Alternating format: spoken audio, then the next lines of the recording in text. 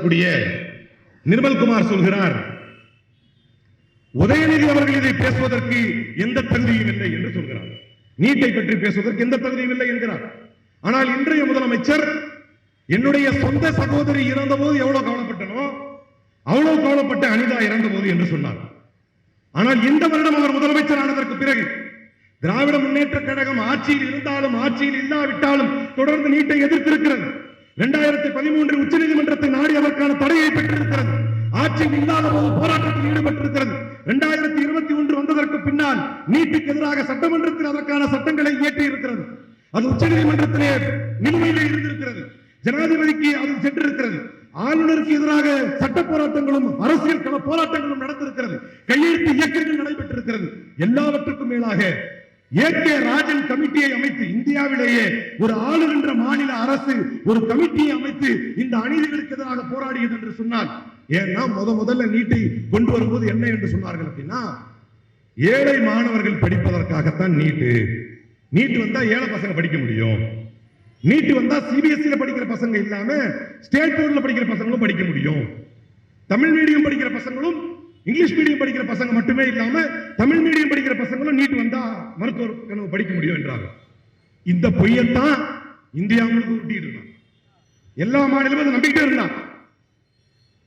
2010 இருந்தே இதை எதிர்த்து வரக்கூடிய தமிழ்நாடும் தமிழ் மண்ணும் தமிழ்நாட்டு மக்களும் ஏகே ராஜன் கமிட்டியை கடந்த ஆட்சியிலே மரியாதைக்குரிய திராவிட முன்னேற்ற கழகத்தின் தலைவர் அவர்கள் அமைத்த ஏகே ராஜன் கமிட்டியின் அறிக்கையின்படி 165 பக்க கமிட்டி அறிக்கையை 86,000 பேரிடம் கருத்து பெற்றுக் கொண்டு வந்தார். அதிலேதான் இவனுடைய அத்தனை பித்தலாட்டம் அப்பதான் வெளியே தெரிஞ்சது. நீட் வருவதற்கு முன்பாக 2010 இருந்து 17 வரை 61.5% இருந்த கிராமப்புற மக்களுடைய மருத்துவ கனவு 61.5% பேர் கிராமப்புறத்திலிருந்து மருத்துவர்கள் ஆகிட்டு இருந்தாங்க நீட் வரதுக்கு முன்னால. ஆனால் நீட் வருவதற்கு முன்னால், நீட் வந்ததற்கு பின்னால் ஏகே ராஜன் கமிட்டியின் அறிக்கையின்படி அது 49.91 இறங்கியது. 49.91 டிக்ளைன் ஆச்சு. நீட் வந்ததற்கு பின்னால் அது கிராமப்புற மக்களுடைய மருத்துவ கனவை பாலடித்தது. அதே போல் தமிழ் மீடியம் படிக்கிற பசங்க நீட் வருவதற்கு முன்னால் 15 to 20% மாணவர்கள் மருத்துவர்கள் ஆனார்கள், தமிழ் மீடியத்தில் படிச்சவங்க. ஆனால் நீட் வந்ததற்கு பின்னால் அது 1.6 3.3 இறங்கியது. ஏகே ராஜன் கமிட்டியின் அறிக்கை சொன்னது. நீட் வருவதற்கு முன்னால் சிபிஎஸ்இ மாணவர்கள் 2010 இருந்து 2011 வரைக்கும் மட்டுமே சிபிஎஸ்இ மாணவர்கள் 17,518 பேர் ஸ்டேட் போர்டு மாணவர்களும் 489 பேர் சிபிஎஸ்இ மாணவர்கள். ஸ்டேட் போர்டுல மட்டும் கிட்டத்தட்ட 18,000 மாணவர்கள் மருத்துவர்கள் ஆனார்கள் நீட் வருவதற்கு முன்னால. சிபிஎஸ்இ வெறும் 400 பேர் தான் ஆனா. ஆனால் நீட் வந்ததற்கு பின்னால் ஸ்டேட் போர்டு மாணவர்கள் 17,000 இருந்து 15,000 ஆனார்கள். சிபிஎஸ்இ மாணவர்கள் 489 இருந்து 7,808 ஆனார்கள். இப்ப தெரியுதா ஏன் அனிதா தற்கொலை செய்தார்? யார் விழிப்பதற்கு முன்பும் நான் விழித்துக் கொள்கிறேன் என்று புரட்சியாளர் பழனிபாபா அவர்கள் சொன்னதை போலவே யார் விழிப்பதற்கு முன்பும் இந்த தமிழ் மண்ணும் தமிழ்நாட்டு மக்களும் மாணவர்களும் விழித்தார்கள். இந்தியாவிலேயே நீட்டுக்கு எதிராக உயிர்மணியை கொடுத்து, நாம் அதற்கு எதிரானவராக இருந்தாலும் உயிர்மணியை கொடுத்து முதலாக இந்த உயிர்கொள்ளி நீட்டை எதிர்த்து போராடிய பெருமை இந்த தமிழ்நாட்டை சாரும், தமிழ்நாட்டு மாணவர்களை சாரும். நீட்டினுடைய அநீதியை சட்டத்தின் வாயிலாகவும் அறிக்கைகளின் வாயிலாகவும் நீதி போராட்டங்களின் வாயிலாகவும் கமிட்டிகளை அமைத்தும் இந்த அநீதியை தோல்வத்தை காட்டிய பெருமைமிக்க மாநிலம் தமிழ்நாடு என்று சொன்னால் அது மிகையாக. அப்புறம் சொன்னா பணக்காரங்க படிப்பான் 2.5 லட்சம் கணக்கு வச்சாரு ஏகே ராஜன். ஒரு கணக்கு வச்சு 2.5 லட்சத்துக்கும் கீழாக இருக்கக்கூடிய ஆண்டு வருமானம் கொண்ட ஒரு வீட்டினுடைய மாணவர்கள் நீட்டு படிச்சா என்ன ஆகும், நீட்டு படிக்கலன்னா என்ன ஆகும் கணக்கு போடுறப்ப நீட்டுக்கு முன்னால 41% பேர் 2.5 லட்சத்துக்கும் குறைவாக ஆண்டு வருமானம் கொண்டவர்கள் 41% பேர் மருத்துவரானார்கள். நீட் வந்ததற்கு பின்னால் அது 36 இறங்கியது. இதனால் என்ன பிரயோஜனம்? அப்ப ஒரு குறிப்பிட்ட சமூகத்தினர் படிக்க வேண்டும், குறிப்பிட்ட மாநிலத்தவர் படிக்க வேண்டும். தமிழ்நாட்டுக்காரன் நீட் எழுத போனா இப்ப தமிழ்நாடு மட்டும் தனியா கம்ப்ளீட் பேன் ஆன் நீட் ஏன் கேக்குது தெரியுமா? பீகார்ல கரண்ட் ஆஃப் ஆயிருக்கு, 1/2 மணி நேரம் டைம் எக்ஸ்ட்ரா கொடுக்குறான் நீட்டுக்கு. ஒரே கோச்சிங் சென்டர்ல படிச்சவன் 21 பேர் ஒரே மார்க் எடுக்கிறான் வடநாட்டுல. ஆனால் தமிழ்நாட்டில் இந்துக்கள் புனிதமாக மதிக்கக்கூடிய தாலியை கூட அறுத்து விட்டுத்தான் நீங்கள் செல்ல வேண்டும், கலட்டி வைத்து விட்டுத்தான் நீங்கள் செல்ல வேண்டும் என்று கட்டாயப்படுத்துகிறான். முஸ்லிம்கள் அணியக்கூடிய புர்காவை கூட கலட்டி விட்டுத்தான் நீங்கள் செல்ல வேண்டும் என்கிறான். அப்படி என்றால் கல்வியில் சிறந்து விளங்கக்கூடிய தமிழ்நாட்டை திட்டமிட்டு ஓரங்கட்ட வேண்டும் என்று ஒரு திட்டமிடலோடு வந்த ஒரு நுழைவுத் தேர்வு தான் நீட் நுழைவுத் தேர்வு. அந்த நீட் நுழைவுத் தேர்வை சரியாக நடத்த முடியாமல் தொடர்ந்து 5வது முறையாக குளறுபடி. அதுல கொடுமை என்னன்னா, தன்னுடைய ஏபிவிபி காலங்களிலே இதே போன்று வினாத்தாள் கசிவுகளுக்கு எதிராக போராடியவர் தான் தர்மேந்திர பிரதான். ஆனா காலம் இப்படி சக்கரமா சொல்லணும். வினாத்தாள் கசிவு ஓங்காலத்தில் ஏற்படும், உன்னையே ராஜினாமா செய்ய வைப்பார்கள் என்பது. அதிலும் குறிப்பாக ஒரு முக்கிய செய்தி, தர்மேந்திர பிரதானுக்கும் நம்மளுக்கும் ஒரு பர்சனல் டச் இருக்கு. இது யார் கொண்டாட வேண்டுமோ இல்லையோ, தமிழ் மக்கள் கொண்டாட வேண்டிய வெற்றி என்பதற்கு என்ன காரணம் அப்படின்னா, நரேந்திர மோடி ஒடிசா பிரச்சாரத்துக்கு சென்றிருந்த போது, தேர்தல் பிரச்சாரத்துக்கு சென்றிருந்த போது, அங்கு ஒடிசாவிலே மேனிபெஸ்டோ கமிட்டியின் ஹெட்டாக இருந்த தர்மேந்திர பிரதான் நரேந்திர மோடி எழுதி கொடுத்தார். என்ன எழுதி கொடுத்தார் அப்படின்னா, ஒடிசாவில் இருக்கக்கூடிய பூரி ஜெகநாதர் கோயிலுடைய ரத்னாபந்தர் சாவியை திருடிவிட்டு சென்றவர்கள் தமிழ்நாட்டு மக்கள் என்று, தமிழ்நாட்டு மக்களை திருடர்கள் என்று நரேந்திர மோடியை சொல்ல வைத்து எழுதி கொடுத்தவர் தர்மேந்திர பிரதான். எங்கள் தமிழ் மக்களை, எங்கள் தமிழ்நாட்டு மக்களை ஒடிசாவின் பூரி ஜெகநாதர் கோயிலின் சாவியை திருடிய திருடர்கள் என்று சொன்ன தர்மேந்திர பிரதானை இறுதியாக தமிழ்நாட்டு போராட்டத்தின் வாயிலாக இன்றைக்கு ராஜினாமா செய்ய வைத்திருக்கிறது தமிழ்நாடு. அதே போல ஒரு தமிழ் பாபு உங்களை ஆளலாமா என்றார் அமித்ஷா. ஏகே பாண்டியனுக்கு எதிராக ஒரு தமிழ் பாபு உங்களை ஆளலாமா என்று அமித்ஷாவை எழுதி கொடுத்து சொல்ல வைத்தவர் தர்மேந்திர பிரதான்.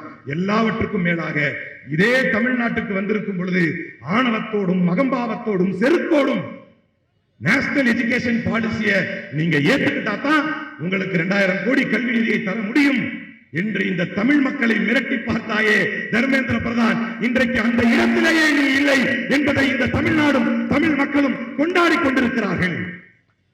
இறுதியாக நான் அண்ணன் பேசணும், இருட்டிட்டு இருக்கு. இறுதியாக தமிழ்நாட்டில் நம்ம ஸ்டேட்டுக்கு வந்துருவோம். என் தங்கச்சி செத்தப்ப இப்படிதான் கவலைப்பட்டேன் என்றார். நாங்களும் நீட்டுக்கு எதிராக போராடி கொண்டிருக்கிறோம் என்றார். பாஜக எங்களுடைய கொள்கை எதிரி என்றார். இன்றைக்கு அமைச்சர், மரியாதைக்குரிய அமைச்சர், போராட்ட களத்திற்கு சென்றிருக்கிறார். அங்கு எதிர்ப்பை சம்பாதித்திருக்கிறார். காரணம் என்ன? தன்னுடைய காவல்துறையை வைத்து போராடுகின்ற கம்யூனிஸ்ட் மாணவர் அமைப்பினர் மீது, எஸ்எஃப்ஐ மீதும் டைபியின் மீதும் வன்முறையை கட்டமைத்து விட்டு காலேஜுக்குள்ள போறான். காலேஜுக்குள்ள போய் நீ போராட போறியா? அவங்க கேட்கிறான், நான் இப்பதான் காலேஜுக்குள்ள இருக்கிறேன், நீ வாண்டடா வலிச்சு நீ போராட போறியான்னு கேட்கிறேன். காரணம் என்னவென்றால் ஒரு இன்பீரியாரிட்டி காம்ப்ளெக்ஸ். இன்னைக்கு நீதிமன்றம் தோறும் இந்த அரசும் இந்த அரசின் காவல்துறையும் கொட்டு வாங்குகிறது. எல்லா வழக்கும் கொட்டு வாங்குது. எதுக்கு இவனை கைது பண்ண? எதற்கெடுத்தாலும் இப்படி கைதுகளை செய்து, எதற்கெடுத்தாலும் மாணவர்களை அச்சுறுத்தி பார்த்து ஒன்றிய அரசாக இருக்கக்கூடிய, அதாவது ஒரிஜினல் நரேந்திர மோடிக்கே இந்த நிலைமையை ஜனநாயகம் தரும் என்றால் டூப்ளிகேட் விஜய்க்கு இந்த ஜனநாயகம் என்ன நிலையை தரும் என்பதை நீங்கள் புரிந்து கொள்ள வேண்டும். நளின் மேத்தாவுடைய The New BJP புக் எடுத்து படிச்சீங்கன்னா நீங்க அந்த இடத்துல மோடிங்கிற பேரை மாத்தி விஜய்னு வச்சுக்கலாம். The New BJP Nalin Mehta book எழுதியிருக்காங்க. அதுல என்னென்னலாம் மோடிக்கு சொல்லியிருக்கானோ அதெல்லாம் அப்படியே ஒரு உதாரணத்துக்கு சொல்லி முடிச்சுக்கிறேன். மல்லிகா ஷெராவத் என்கிற நடிகை சொன்னார் நரேந்திர மோடியை பாரு, அவர் ஒரு ஆல்பா மேல். இங்க சொன்னாங்க தெரியுமா, பெண்கள் கொடுமை அதெல்லாம் தமிழ்நாட்டில் நாங்க என்ன வேணா இருக்கணும் அப்படின்னாங்க. எங்க அண்ணனுக்கு நல்ல வேலை அந்த வார்த்தை அண்ணன் இருந்துச்சு. எங்க அண்ணனுக்கு நாங்க என்ன வேணா இருந்துக்கிறோம். இதை அப்படியே ஒரு காலத்தில் மோடிக்காக பெண்களை சொல்ல வைத்தார்கள். ஆபாசமாக பெண்கள் நிர்வாணமாகி நரேந்திர மோடியுடைய புகைப்படத்தையும் அந்த தாமரையும் வச்சுக்கிட்டாங்க. தன்னுடைய மறைவு உறுப்புகளின் மீது வச்சுக்கிட்டு அவருக்கு பிரச்சாரம் பண்ணாங்க. இன்னைக்கு அதே மாதிரி பெண்களை வைத்து பிரச்சாரம் செய்த விளைய ஒரு கோபம் வந்துருச்சு. கரூர் போய் சொல்றாரு, கவர்ச்சியில வாங்கிட்டேன், கவர்ச்சியில வாங்கிட்டேன், கவர்ச்சியில வாங்கிட்டேன் இதுவா அப்படிங்கிறார். எதுவாங்கிறது அவருக்கே தான் வெளிச்சம். எனவே ஜனநாயகத்தின் குரலை நசுக்க நினைப்பவர்கள் யார் என்றால் சர்வாதிகாரிகள். அந்த சர்வாதிகாரிகள் in the history of autocracy, autocrats always will be inferior. அவன் பயத்திலே இருப்பான். இதுவே முத்தமிழறிஞர் கலைஞரோ, இதற்கு முன்னர் நம்முடைய மக்கள் முதல்வராக முன்னாள் முதல்வராக இருந்த Muthuvel Karunanidhi ஸ்டாலினோ they encourage dialogue. மக்கள் போராட்டத்தை மதித்தவர்கள், மக்களின் கருத்துக்களை கேட்டவர்கள். இதே ஷாஹின்பாகிலே பெண்கள் சிஏஏ காலத்தில் அவர் எதிர்க்கட்சி தலைவராக இருக்கும் பொழுது ஷாஹின்பாகிற்கு வந்தார். அடுத்து அமையக்கூடிய கழக ஆட்சியின் போது சிஏஏ என்பிஆர் என்ஆர்சிக்கு எதிராக நிச்சயமாக சட்டமன்றத்தில் தீர்மானம் நிறைவேற்றப்படும் என்றார். ஆட்சியும் வந்தது, அவர் முதலமைச்சர் ஆனார். சொன்ன வாக்குறுதியை நிறைவேற்றி காட்டிய ஒரு போராட்ட களத்தில் முதலமைச்சராக அவர் இருந்தார். இதுதான் வரலாறு. ஆனால் இன்றைக்கு இவர் such an inferior chief minister. அதனால் போராடுகின்ற போராட்டத்தை நசுக்க பார்க்கிறார்கள். டெல்லியில் ஜந்தர் மந்தரில் காவல்துறை கடுமையா அடிக்கிறான். அதுக்கு டிவிக்கு ஐடிவில இருந்து கண்ணன் தெரிவிக்கிறான். என்ன போடுறான்னா, இந்த தள்ளு முள்ளு தவிர்க்கப்பட்டிருக்க வேண்டும். எது? அவன் லத்திய வச்சு அடிக்கிறான், மண்டையில இருந்து ரத்தம் ஊத்துது. இந்த தள்ளு முள்ளு தவிர்க்கப்பட்டிருக்க வேண்டும். யாரை திருப்திப்படுத்துவதற்கு இந்த மாநில அரசு நடைபெற்றுக் கொண்டிருக்கிறது என்பதையும் பார்க்க வேண்டும். கடந்து முதலமைச்சராக தேர்ந்தெடுக்கப்படும் வரை எல்லா ஆண்டும் +1 +2 மாணவர்களை கௌரவித்தவர். அதற்கு பின்னர் ஆட்சிக்கு வந்ததற்கு பின்னால் அவர்களையும் கௌரவிக்கவில்லை. அதிலே நீட்டிலே இறந்தவர்களை பற்றியும் ஒரு வாய் திறக்கவில்லை. எனவே இந்த ஆளுகின்ற தாவேகா அரசு அவர்களை எதிர்த்து கேட்பவர்களை ஒடுக்குவதற்கு பதிலாக நியாயமான கோரிக்கைகளுக்கு செவிசாய்த்து இந்த நீட்டு போராட்டத்தில் மக்களோடு மக்களாக தோள் சேர்ந்து நின்று இன்னைக்கு ராஜ்மோகன் அமைச்சர் அவர்கள் வந்தபோது மெரினா மெரினா என்று மாணவர்கள் கோஷம் எழுப்புகிறார்கள். அதற்கு காரணம், ஒரு இன்ஃபீரியாரிட்டி காம்ப்ளெக்ஸ்ல மெரினாவை பூட்டி வைத்திருக்கிறார்கள். போராட்ட களங்களுக்கு இந்த அரசு செவிசாய்க்க வேண்டும். போராட்டத்திற்கு தோளோடு தோள் சேர்ந்து நிற்க வேண்டும். நீட் முழுமையாக ஒழிக்கப்படுவதுதான் தமிழ்நாட்டினுடைய கோரிக்கை. அந்த தமிழ்நாட்டினுடைய கோரிக்கைக்கு முதலில் முதலமைச்சர் செவிசாய்க்க வேண்டும், பிறகு பிரதம அமைச்சர் செவிசாய்ப்பார் என்று கூறி வாய்ப்பளித்தமைக்கு நன்றி கூறி விடைபெறுகிறேன். நன்றி.